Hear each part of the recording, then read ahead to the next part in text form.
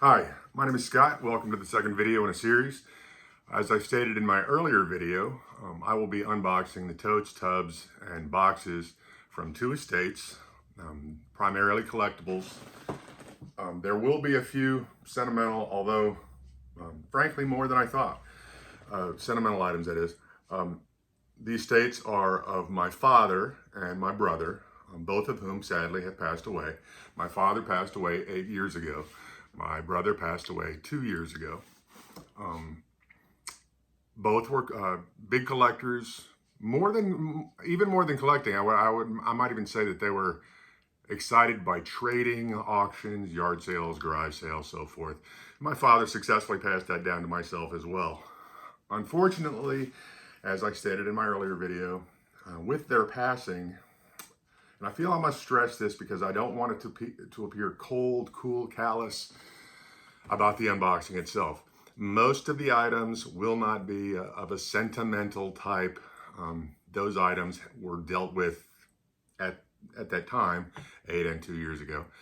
And these are primarily the items that they collected, traded, so forth. The items of my father's were stored for the 8 years. My brother and I, time got away from us and we just didn't get around to digging into the items. My brother's items, as you saw in the first box, there were a few photographs, that sort of thing, but there were also some exciting items like my grandfather's service record, which frankly would be exciting for anyone of the World War II era.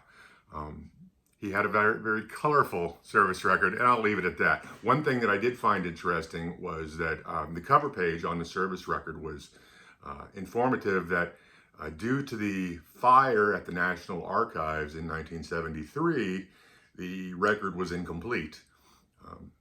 It goes to how thorough they are. Most of the records were burnt.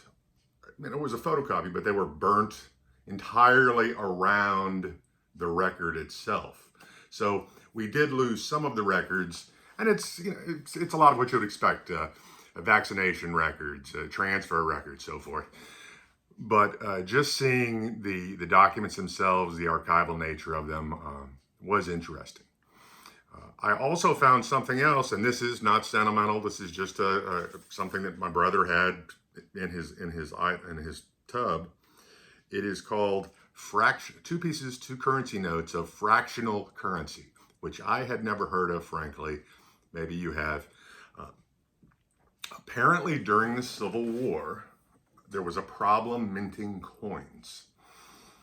And that was due to the nature of what was going on, but the value of the metal of the coins exceeded the face value of the coin, which led to, for example, we see it now with a silver quarter, which has stopped being produced. If you run across a silver quarter, hold on to it. It's worth slightly more due to the metal of the silver. The same occurred at that time, which led to the production of fractional currency notes, which were also called, and I got this out of Wikipedia, shin plasters, which was due to earlier when Revolutionary War soldiers would put pieces of paper or cardboard, I guess it was paper, in their boots to prevent the rubbing of the boot against the shin, to prevent blisters and so forth. And it was low-grade paper. It wasn't, valuable. This was considered low-grade currency, very invaluable, or not valuable. So that they took the name shin plasters also. A little piece of trivia. But I do have the two notes. I have to be very careful because they are very fragile and could tear easily. It's William Meredith and William Crawford, I believe. One is a 50-cent note. If you can see that. One is a 50-cent note.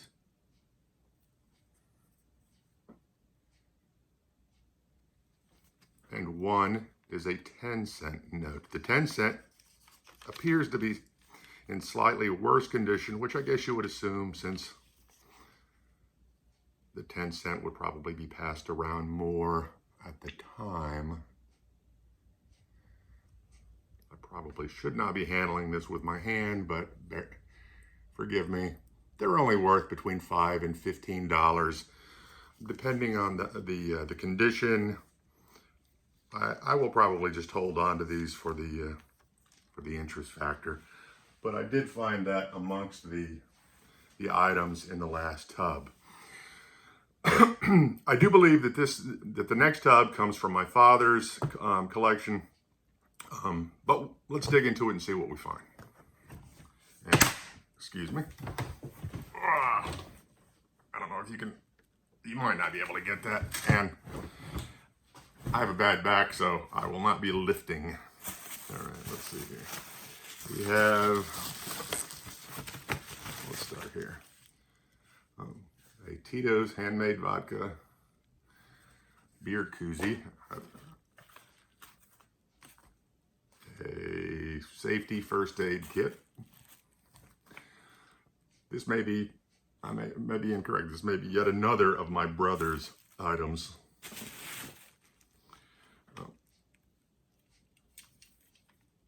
It is the next is a plastic or toy gun.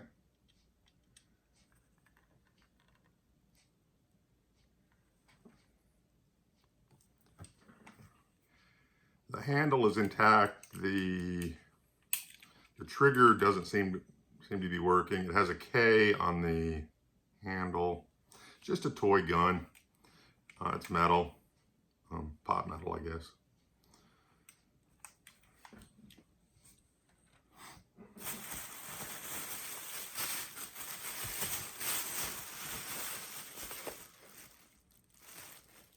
Sure. This is a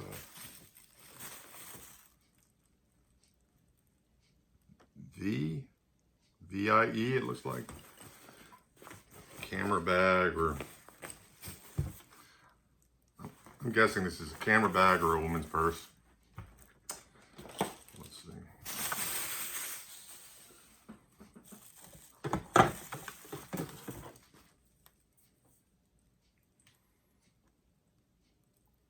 A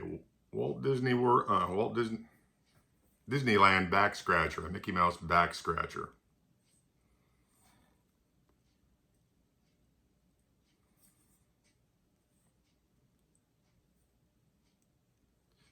It's official, made in Hong Kong.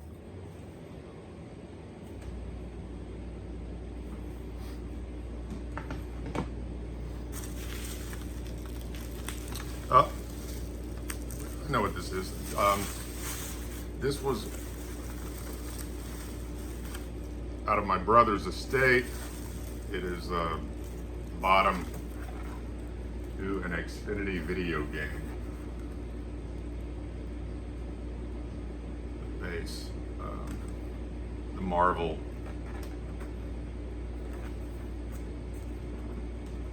The Marvel series. No box. I don't see any of the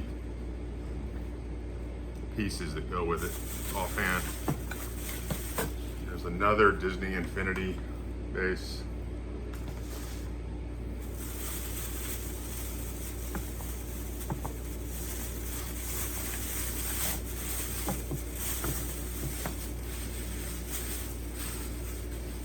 Oh, a few of the pieces. Black Widow.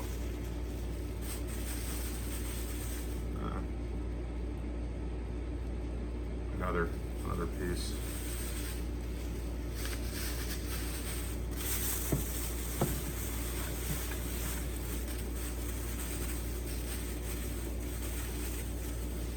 Two pieces for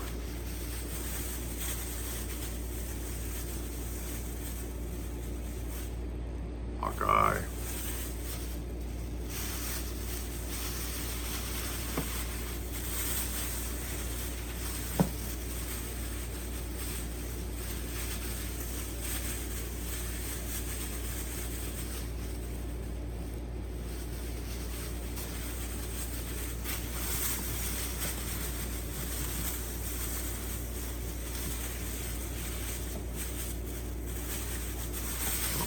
guess that's everything that was in there.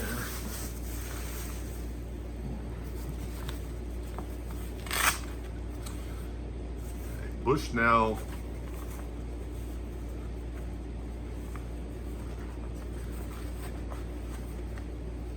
binoculars case, and they are Bushnells. 10 by 42 Bushnell Explorer.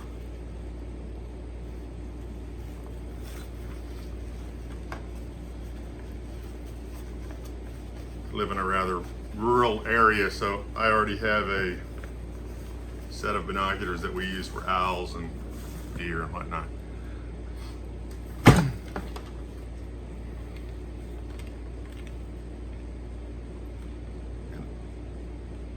A stand, an eye port stand, care credit. Assuming this came out of a business, maybe.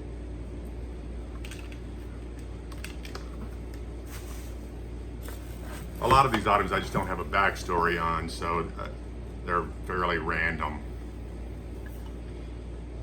Large novelty size. It's broken. A large novelty size lighter.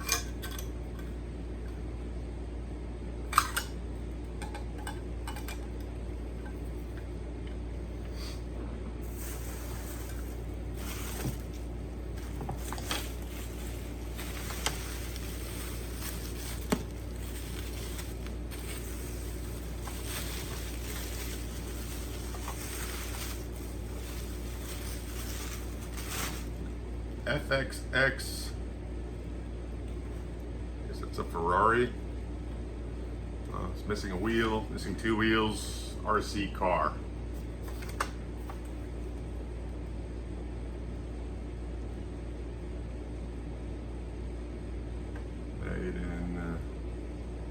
Made in China.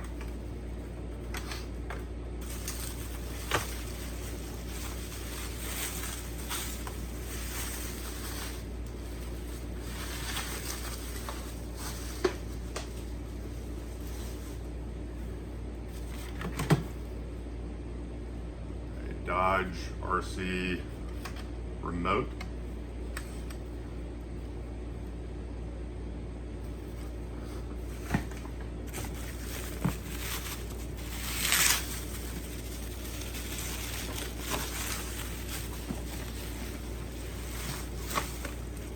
Yet another RC car, MagnaFlow Performance Exhaust Brembo.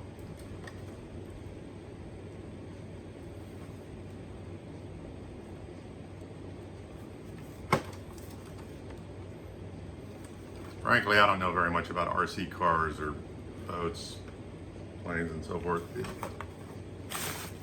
It does have a charger connected to it, so maybe it works.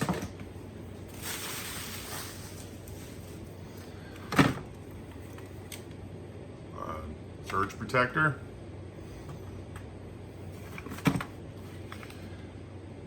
An unopened Utilitech outdoor wireless timer.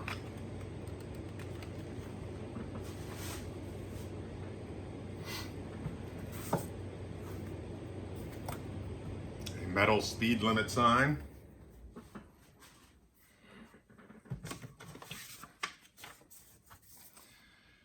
A rain sheet from Battlestar Galactica command.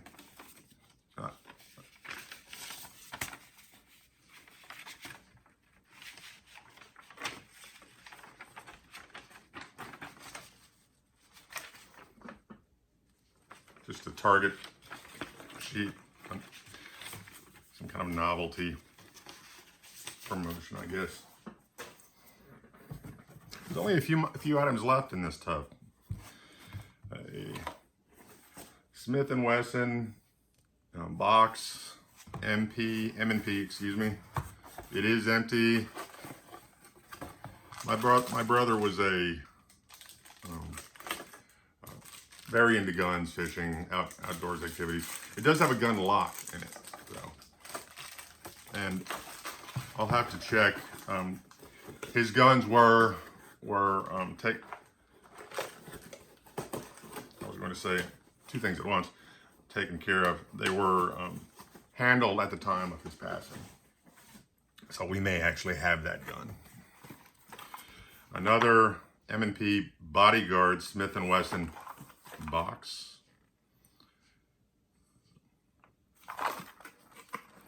Also empty,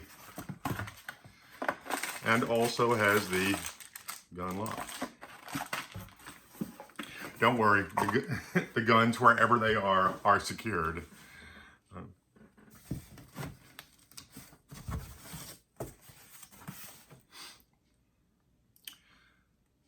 This was, I don't know what it is. It was mailed to my father. It is a large, and I won't open it, it is a large United States flag from North Bay Industries.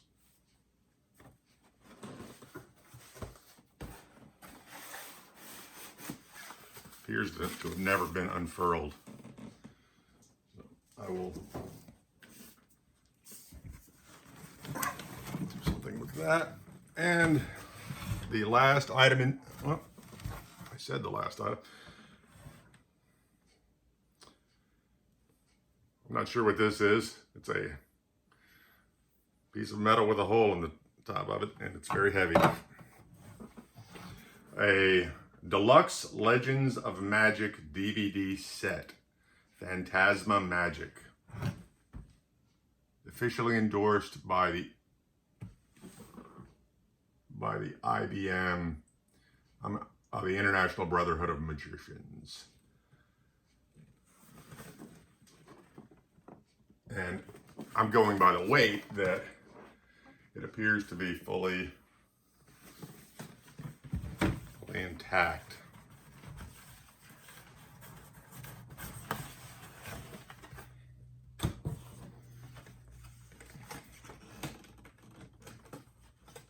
It appears to be DVDs in here, the games, magic rings, cards, bowls, cups.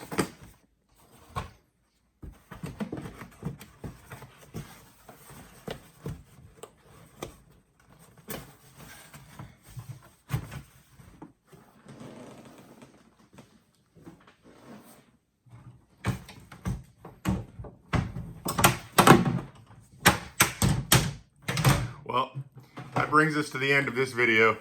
Not the most exciting, but there were a few things in here that were interesting. I hope you'll join us for the next video. My name is Scott. Please like or subscribe as you see fit. Look forward to the future. Thank you. Bye-bye.